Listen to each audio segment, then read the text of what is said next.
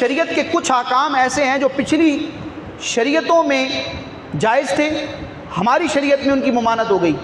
بعض وہ ہیں جو پچھلی شریعتوں میں ممنوع تھے، ہمارے لیے جائز ہو گئے، جیسے مال غنیمت، اس سے نفع حاصل کرنا پچھلی امت کے مومنین کے لیے ناجائز تھا، ہمارے لیے جائز ہے۔ پچھلی امت کے مومنین وضو غسل صرف پانی سے کر سکتے تھے، پانی نہیں ہے تو اپنی عبادت کو موقوف کرتے تھے، پانی ملے گا تو وضو غسل کر کے ہی نماز پڑھیں گے۔ اللہ تعالیٰ نے اپنے محبوب کی امت کو وضو اور غسل کا متبادل تیمم عطا فرمایا ہے۔ بہت سارے ایسے حکم ہیں جو پہلے جائز تھے، ہماری شریعت میں ناجائز ہوئے، وہاں ناجائز تھے، یہاں جائز ہوئے۔ انہی میں ایک حکم ہے سجدہ تعظیمی کا۔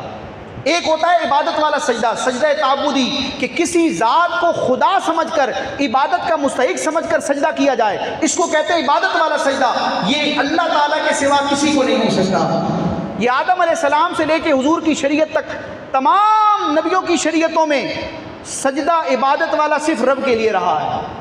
کسی اور کو اگر کوئی عبادت والا سجدہ کرے گا وہ کافر و مشرک ہو جائے گا، لیکن سجدہ تعظیمی کہ سامنے والے کو رب کا بندہ، رب کی مخلوق سمجھے، لیکن اس کو رسپیکٹ دینے کے لیے، اس کا احترام کرنے کے لیے اس کے سامنے پیشانی کو جھکایا جائے، یہ ہوتا ہے سجدہ تعظیمی۔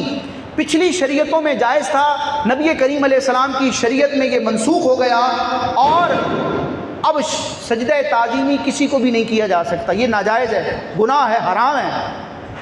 یہ سمجھ رہے ہیں آپ؟ آدم علیہ السلام کو جو فرشتوں نے سجدہ کیا وہ عبادت والا سجدہ نہیں تھا، وہ تعظیم والا سجدہ تھا، اس شریعت میں روا تھا۔ حضرت یوسف علیہ السلام کے بھائیوں نے آپ کو سجدہ کیا، قرآن میں بیان ہے، وہ اس شریعت میں جائز تھا، شریعت محمدی میں ناجائز ہے۔ حضور فرماتے ہیں اگر میں کسی کو سجدہ، کسی انسان کو اگر میں کسی دوسرے انسان کے لیے سجدہ کرنے کا حکم دیتا تو میں عورت کو حکم دیتا کہ وہ اپنے شوہر کو سجدہ کرے، سجدہ تعظیمی، کہ شوہر کا اتنا مقام ہے، لیکن نبی کریم علیہ السلام نے سجدہ تعظیمی سے منع فرما دیا۔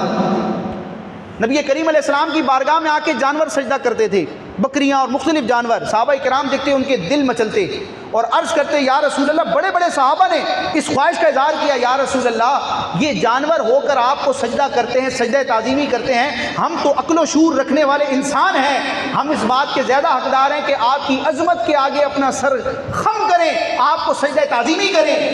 تو نبی کریم علیہ السلام نے منع فرما دیا۔ جو اعلیٰ فرماتے ہیں نا، پیش نظر وہ نوبہار، سجدے کو دل ہے بے قرار۔ کوئی کہنے والا کہے گا دیکھو بریلی کے امام نے معاذ اللہ شرک کا ارادہ کیا ہے، تو اول تو یہاں سجدے سے مراد سجدہ تعظیمی ہے، اور یہ ارادہ، یہ خواہش امام محمد رضا خان نے نہیں کی، یہ 14 صدیوں پہلے عرب کی سرزمین پر صحابہ نے کی تھی۔ عرض کرتے ہیں یا رسول اللہ یہ جانور ہو کر آپ کو سجدہ کر رہے ہیں، ہمیں اجازت دے دیجیے ہم آپ کو سجدہ کریں۔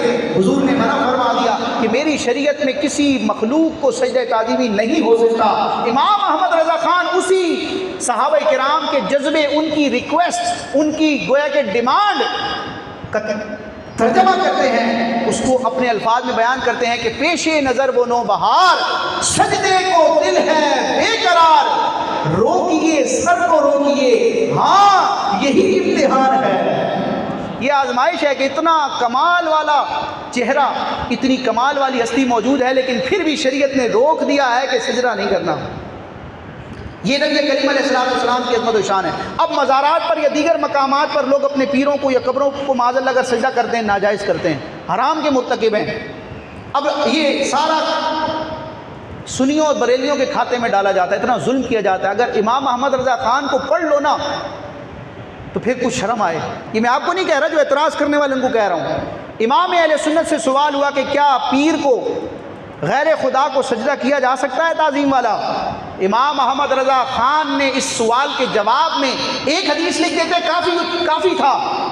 امام احمد رضا خان نے پوری کتاب تحریر فرمائی، الزبدۃ الزکیہ لتحریم سجود التحیہ، اور اس میں سجدہ تعظیمی کے ممنوع ہونے پر 1 2 3 4 نہیں، امام احمد رضا خان نے سجدہ تعظیمی کے ناجائز اور حرام ہونے پر 40 احادیث کو ذکر کروا دیا۔ تو بریلویوں کا امام تو سجدہ تعظیمی کے حرام ہونے پر 40 حدیثیں لا رہا ہے، اور اگر آج مزار پر کوئی جاہل کسی قبر کو سجدہ کرتا ہے یا کوئی جاہل پیر اپنے مریدوں سے سجدہ کرواتا ہے تو اس کو اہل سنت کے کھاتے میں نہ ڈالا جائے۔